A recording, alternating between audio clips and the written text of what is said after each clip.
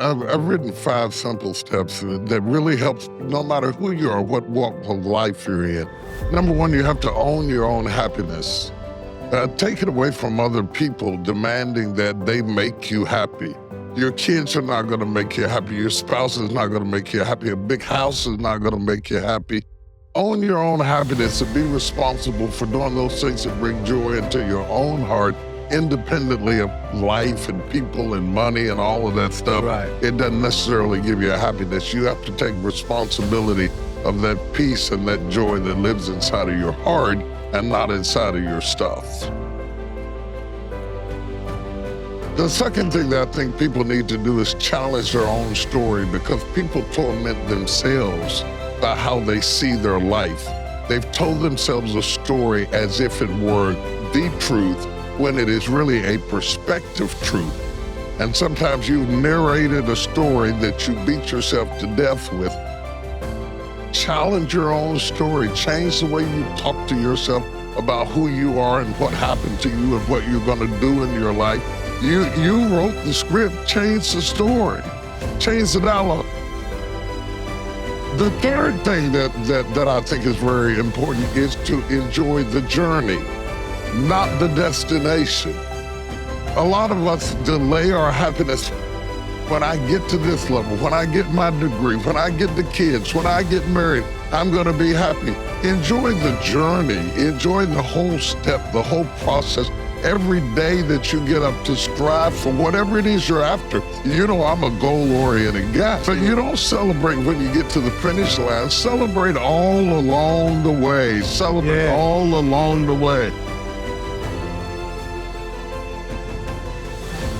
The other point is make relationships count. Making your relationships count, because everything is about relationships.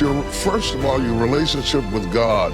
That's a very important thing to have, because as long as you know that there's somebody in charge, you don't have to bear the brunt of the responsibility and the weight of what's going on in your life. Yeah. You can talk to the boss, okay? Yeah. Number 2, enjoy your relationship with yourself. If you don't like you, it makes it hard for me to like you. Because people, when you walk into their atmosphere, they draw you into the cosmos of their own drama. And if they're full of drama without you, when you come in, you become caught up in the cyclone of their drama. Yes. Enjoy your relationship with yourself. And then anybody else who comes in, they enter into a party you already started. And then the relationship with your kids, the relationship with your spouse, the relationship with your friends, taking time to enjoy the relationships, because there is no fruit. Nature teaches us that there is no fruit without relationships.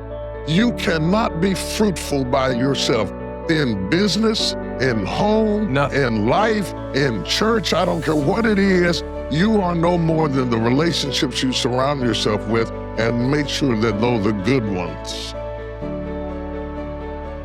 The fifth thing that I really ascribe to is balance work with play. You can't do all of either one and be successful. And to those whom much is given, much is required. And if you work really hard and you're a really diligent person, make sure that you do some play to balance your life out. If you play real hard but you don't work very much, you're going to be fun, but you're going to be hungry. You got to balance work with play.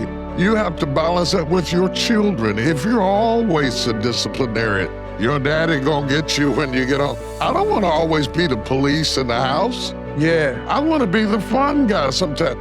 Balancing work with play called this not only for you to be holistic, but for people to get a better perspective of who you are.